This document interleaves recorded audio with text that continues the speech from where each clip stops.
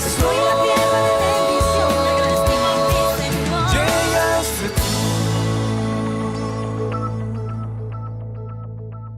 Iglesia Tierra Deseable, buenos días. ¿Cómo están? El Señor les bendice. Dios es bueno y misericordioso y es para siempre su misericordia. Bueno, antes de empezar quisiera preguntarles a ustedes, ¿cuántos tienen Biblia? Todos, ¿cierto? Sí, todos. Más de dos, hasta más de dos en la casa, ¿cierto que sí? Bueno, ¿cuántos traen la Biblia a la iglesia?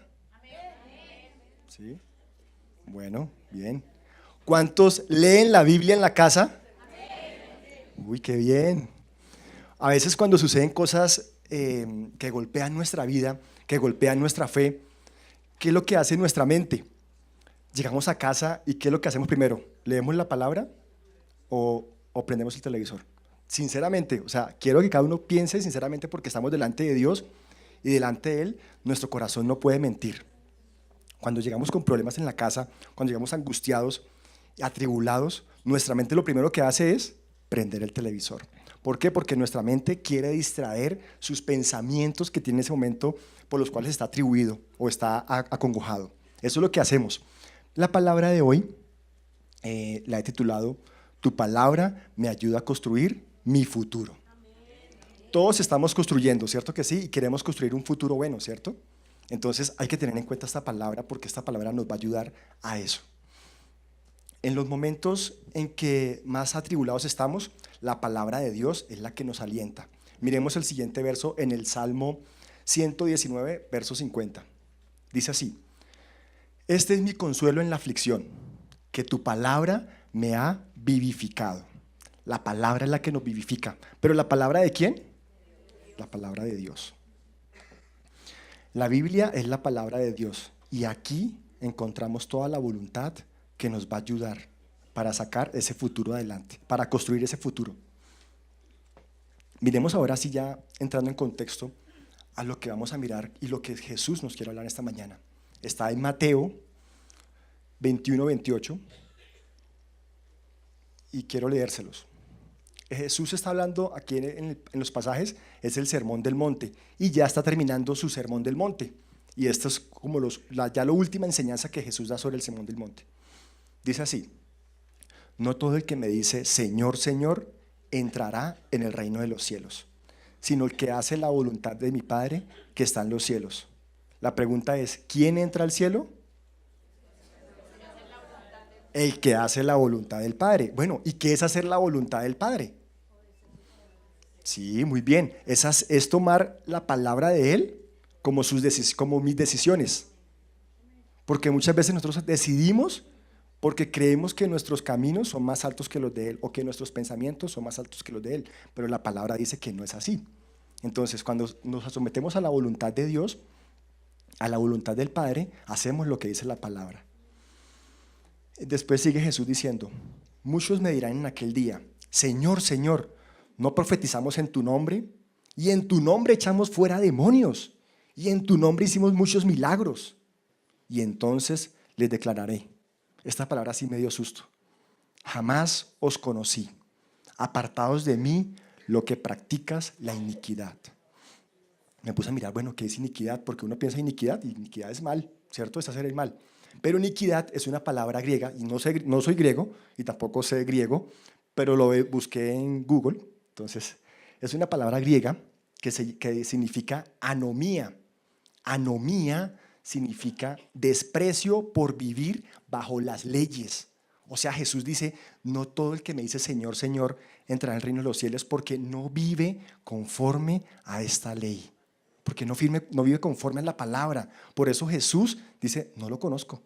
A pesar de que tú estés en la iglesia, a pesar de que tú leas la palabra, a pesar de que tú levantes tus brazos, Jesús te puede decir, no te conozco. Y eso es lo que me dio mi temor cuando leí este pasaje. No lo conozco. Pero tranquilos, no todo es malo, porque esto mejora. Después Jesús sigue dando una parábola. Después de esta enseñanza que Jesús da, uno queda como que... Pero Jesús después da otra enseñanza. Y dice así, en los versos 24, está en la pantalla. Dice, por tanto, cualquiera que oye estas mis palabras y las pone en práctica, será semejante a un hombre que edificó su casa sobre la roca. Cayó la lluvia, vinieron los torrentes, soplaron los vientos, azotaron aquella casa, pero no se cayó, porque había sido fundada sobre la roca. Y todo el que oye estas palabras mías y no las pone en práctica, será semejante a un hombre insensato, que edificó su casa sobre la arena, y cayó la lluvia, vinieron los torrentes, soplaron los vientos, azotaron aquella casa, y cayó, y fue grande su destrucción. Estos pasajes, o este último pasaje, nos deja 4 enseñanzas. Yo las traje ahí y quiero que cada uno, por favor, anótelas, porque esto es súper importantísimo y porque esta enseñanza no se puede quedar únicamente con mi voz, porque a veces salimos de acá y ya les explico por qué. Uy, ¿qué tal eso de la palabra? Buenísima. ¿De qué trató? ¿Qué puntos habló? No sé. Entonces, aquí hay 4 puntos importantes que Jesús nos quiere enseñar. El primero es que todos estamos construyendo. Todos construimos. Todos construimos. No sé qué tú que estás construyendo. Mi familia, mi futuro, mi universidad, mis estudios. Todos estamos construyendo, tanto niños como jóvenes o adultos. Lo segundo es que la tormenta va a llegar. Es inevitable. La palabra dice, la tormenta va a llegar. A tanto al sabio como al insensato llegó la tormenta. Es decir, que tenemos que estar preparados porque la tormenta va a llegar. No sabemos cuándo, pero va a llegar. Lo tercero, la casa se derrumbará cuando más la necesites y puedes quedar como damnificado. ¿Se han visto noticias cuando la gente se queda sin casas y quedan sin nada? Así podemos quedar damnificados, sin nada. Pero la casa que aguanta, aguanta y puede que se agriete, pero aguanta y permanece firme. Lo cuarto es que el sabio se alista para la tormenta. El necio la ignora. El necio no piensa allá, sino piensa acá, aquí, ahora, aquí, ahora. No piensa para su futuro. Entonces, el Señor me decía que la clave para construir está en vivir una vida cuando reconocemos a Dios. Y ahorita que el pastor estaba hablando cuando estábamos pidiendo las ofrendas y los diezmos, yo decía, uy, no más porque me estaba quitando parte de la predicación. Porque, mire, Abraham reconoció a Dios y reconoció su voz y obedeció la visión. ¿Se acuerdan? Sal de Ur y sigue, y él no sabía para dónde iba a ir. Simplemente salga de tu familia, de tu tierra plantera y sigue. Y ve para donde yo te mando, pero él no sabía para dónde iba. Pero él reconoció a Dios.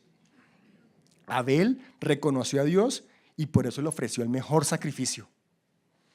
Noé reconoció a Dios y fue obediente construyendo el arca. Los papás de Moisés reconocieron a Dios y lo llevaron a Moisés a las aguas. Prefirieron ver a su hijo de pronto tal vez fallecer en las aguas y no fallecer a mano de una espada por un Egipto. David reconoció a Dios y se enfrentó a Goliat y se enfrentó con 5 piedras. Pablo reconoció a Dios, cayó de rodillas y se convirtió y fue un gran evangelista. Todo se trata de reconocer a Dios. ¿Y cómo lo reconocemos? Por medio de su palabra. Porque yo no puedo reconocer a Dios si no leo su palabra. Es la única manera de reconocerlo, por medio de su palabra. Por eso doy gracias a Él, porque todos ustedes tienen una Biblia. Y a partir de hoy, el objetivo de esta enseñanza es que esta Biblia sea, mejor dicho, así, mejor dicho, que no queremos soltarla. Pero entonces, ¿cómo reconocemos esta palabra? ¿O qué tenemos que hacer a la práctica? Porque yo puedo decir muchas cosas acá y ustedes dicen, uy, sí, chévere, pero ¿cómo llevamos esto a la práctica? ¿Cómo reconocemos la palabra de Dios? Bueno, hay unos puntos. En 1 Tesalonicenses 2:13 dice lo siguiente: así que no dejemos de dar gracias a Dios, porque al oír ustedes la palabra de Dios que les predicamos, la aceptaron no como palabra humana, sino como lo que realmente es, palabra de Dios, la cual actúa en ustedes los creyentes.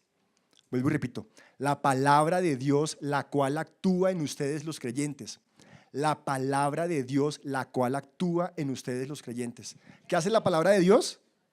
Actúa, ¿cierto? Actúa en los creyentes. Y miramos porque para que la palabra de Dios actúe, porque no actúa en todos, porque todos somos creyentes, pero en todos no actúa la palabra de Dios. Y les voy a mostrar por qué. Lo primero que tenemos que hacer es tomar decisiones.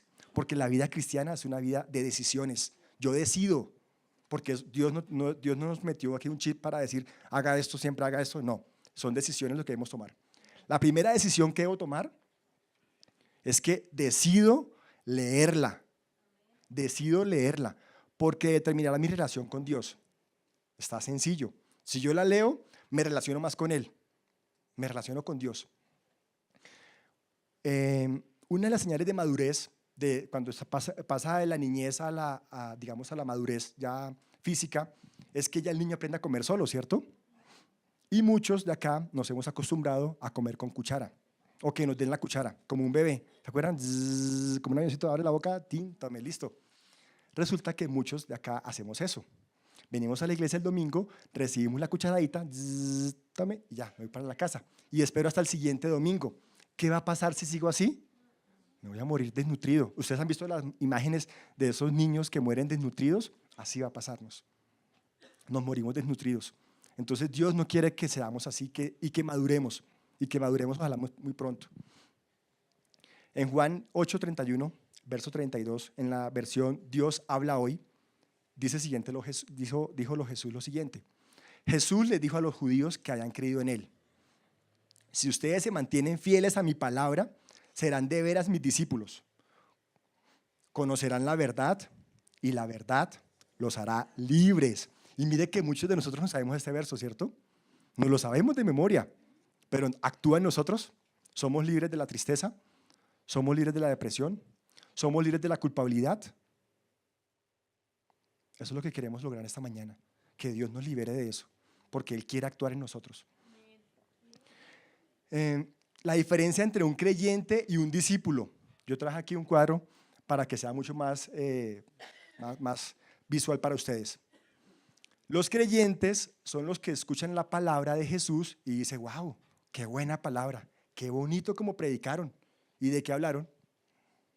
No sé, como que de Jesús, sí, que Jesús es bueno, que Jesús me quiere bendecir. Sí, eso fue lo que hablaron.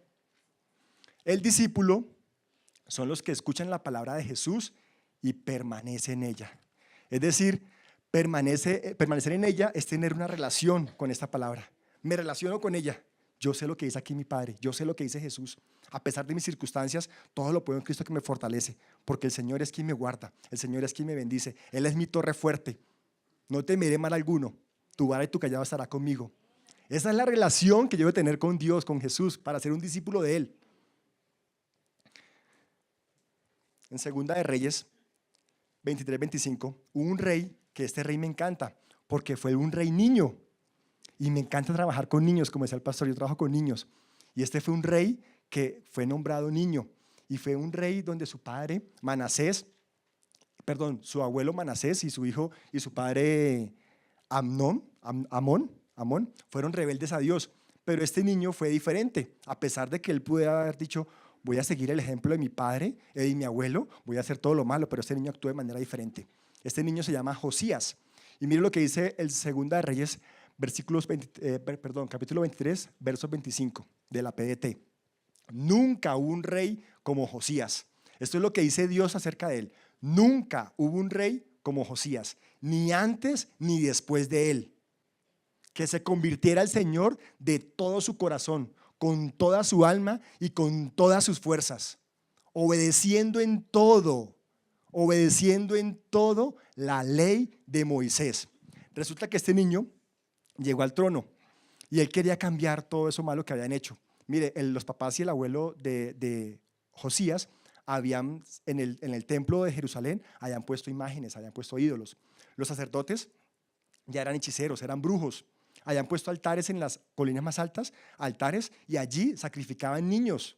Eso es lo que hacía el abuelo y el papá de Josías.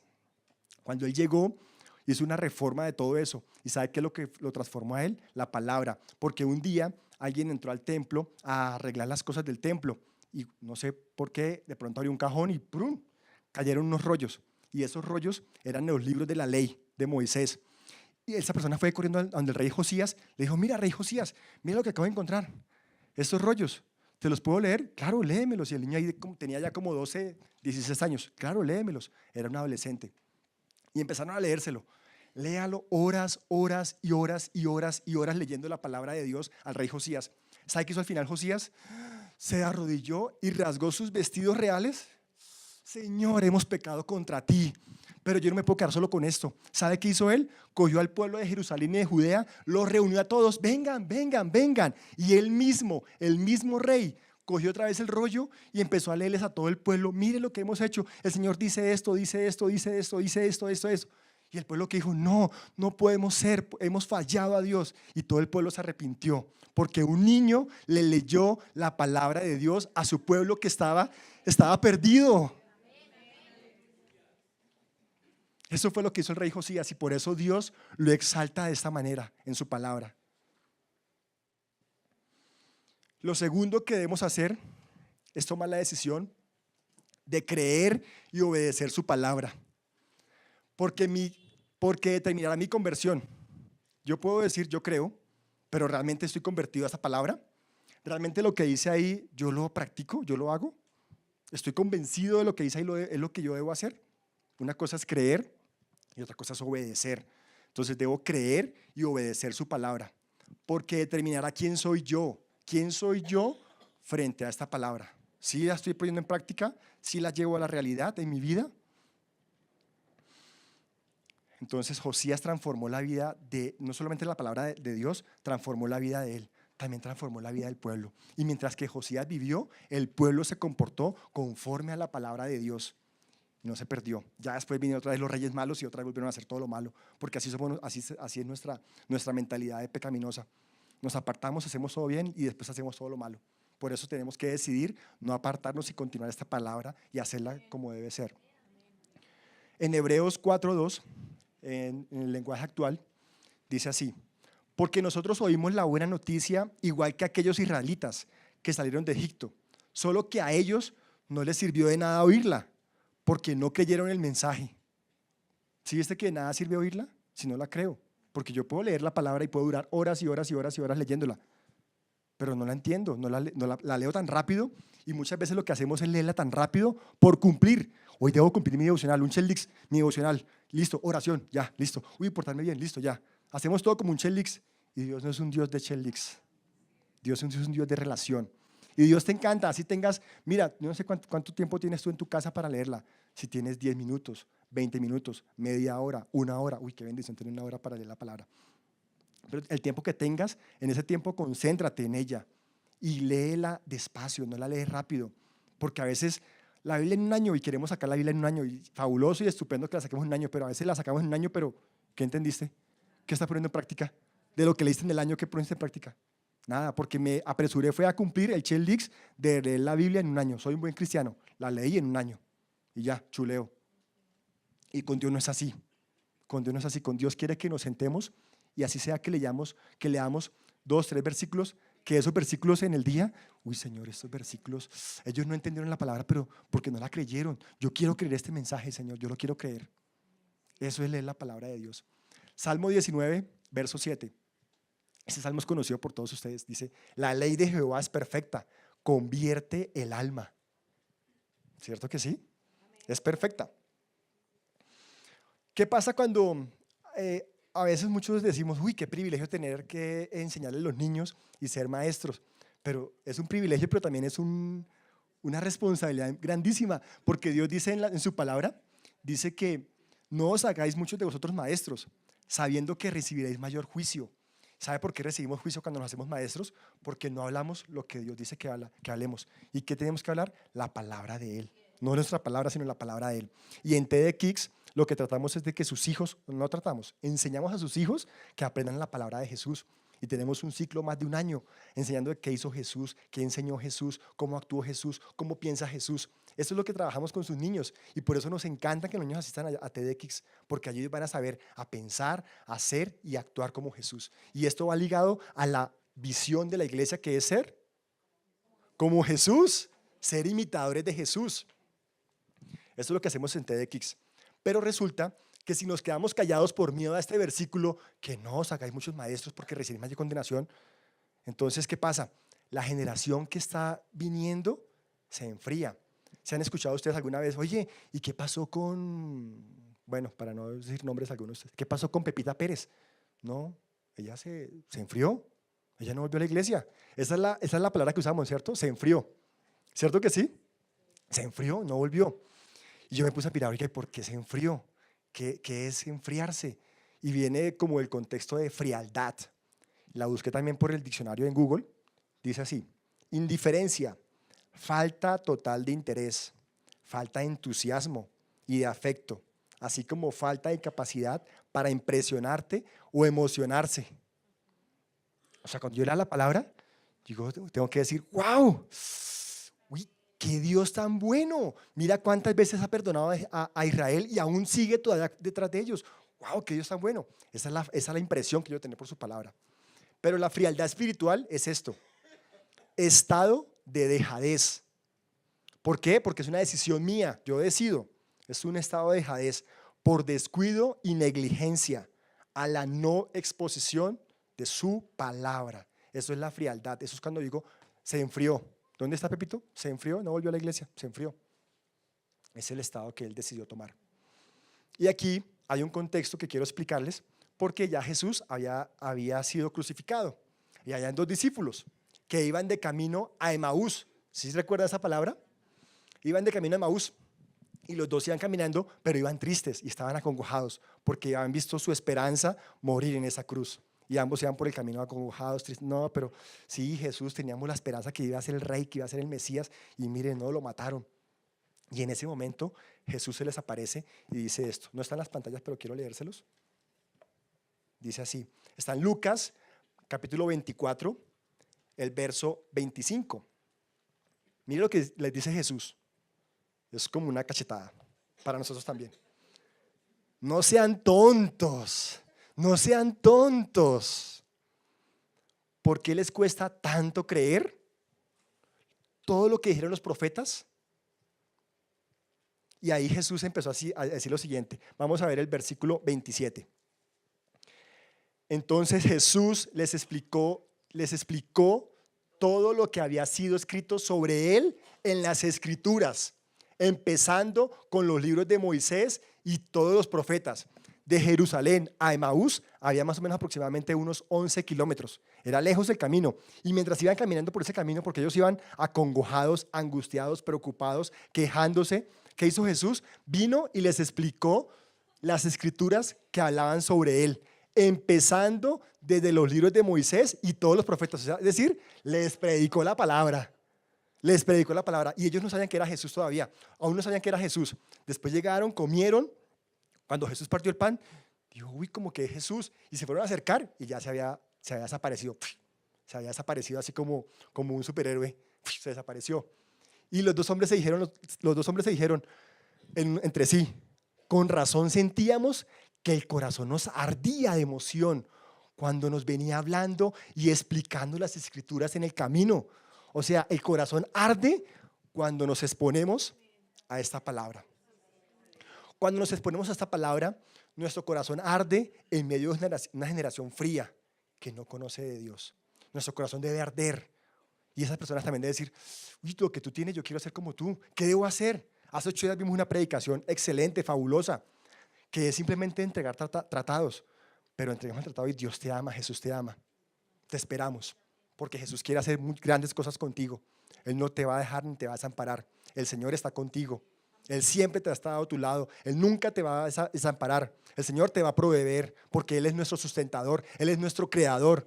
La persona que hace, uy, yo quiero conocer a ese Jesús, yo quiero conocerlo. ¿Cierto que sí? Y lo entusiasmamos a esa persona.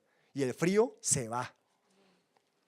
Tercero, decido hablar y practicar su palabra, porque determina mis convicciones. Cuando yo la hablo y la practico, determina mi convicción. Y aquí Jesús nos quiere decir es que mis acciones reflejan en el Dios que yo he creído. Eso es lo que refleja mis acciones. Es como hace 8 días el pastor hablaba que un grupo se perdió en Huasca, en Huasca. Es como perderse en Huasca, tener el mapa en la mano, pero no usarlo. Eso es. Es como estar enfermo de una gripa así, esas que nosotros los hombres sufrimos que ya me voy a morir. No. ¿Sí? Es más o menos así. Tener la medicina al lado de la cama, pero no tomarla. Eso es algo así. Eso es. Es decir, no basta con escucharla, tenemos que practicarla. Y aquí dice Santiago es el hermano de Jesús. Santiago 1:22 y es el pastor de la iglesia de Jerusalén. Dice, no se contenten solo con escuchar la palabra, pues así se engañan ustedes mismos. Llévenla a la práctica. Llévenla a la práctica. No, o sea, no se contenten, uy, sí, la palabra estuvo genial, buenísima, me gustó cómo predicaron, pero no se contenten con eso. Llévela a la práctica, practíquela. Eso es lo que quiere Dios en esta mañana que hagamos nosotros como iglesia, que la practiquemos. Mira, el enemigo vendrá a tu vida y vendrá con una voz y una voz de la astucia. ¿Se acuerdan cuando Jesús fue bautizado? Salió de las aguas. El Espíritu de Dios lo llevó ¿a dónde? Al desierto. Un desierto es un lugar desolado, donde no hay agua, y hay un sol y hay calor.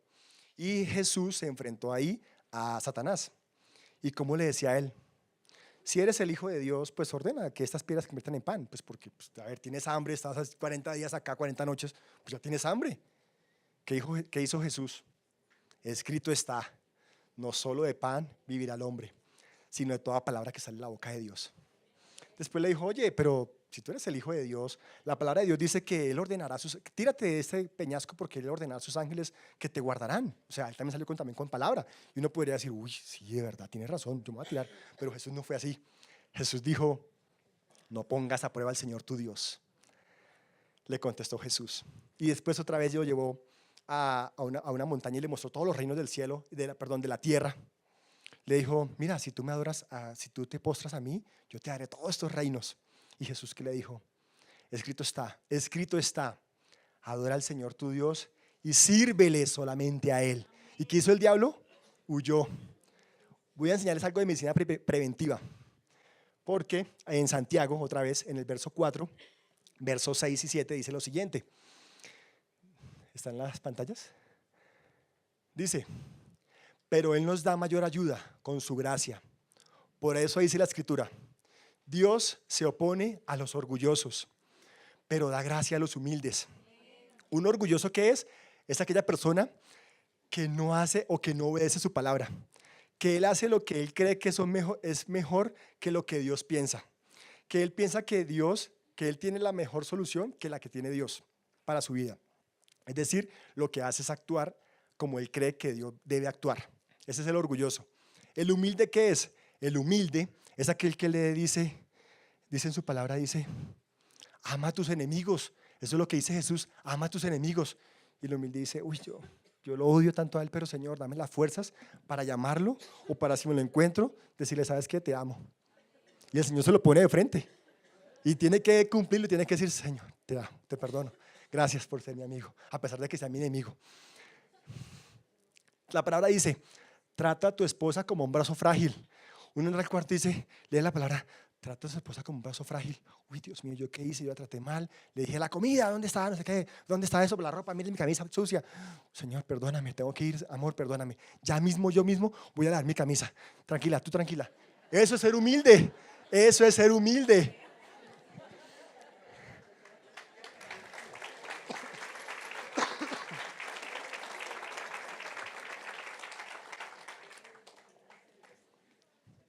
El Señor dice, trae tus diezmos y ofrendas al alfolí.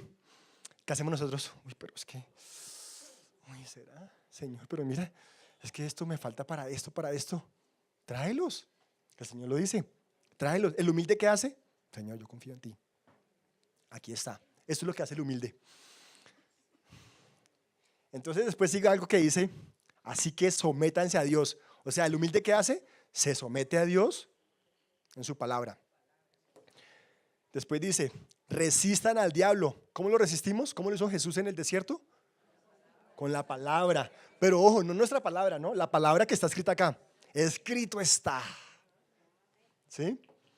Y Él huirá de ustedes. ¿Sí? A veces, muchas veces como cristianos, a veces, uy, ahí está el diablo me tiró, uy, el diablo me hizo esto, uy, el diablo me hizo esto. No, la forma de atacarlo es esto. Sométanse a Dios. Resistan al diablo y él huirá de ustedes. Pero muchas veces esa voz de la astucia está ahí y sigue ahí. Entonces, ¿qué hay que hacer en ese momento? Uno que dice, "Ay, estoy solo, abandonado". ¿Sabe qué dice Dios? Juan 1:2. Todo el que cree en mí es llamado hijo de Dios. No he logrado nada en esta vida, no soy nada, no sirvo para nada. ¿Sabe qué dice Dios? Romanos 8:17. Eres heredero juntamente con Cristo. Eres heredero juntamente con Cristo. Tú dices, he sido rechazado, he sido abandonado. ¿Sabe qué dice Dios? Juan 15:15. Tú eres mi amigo. Tú eres mi amigo. ¿Sabes qué decimos a veces? Somos unos fracasados. Somos fracasados.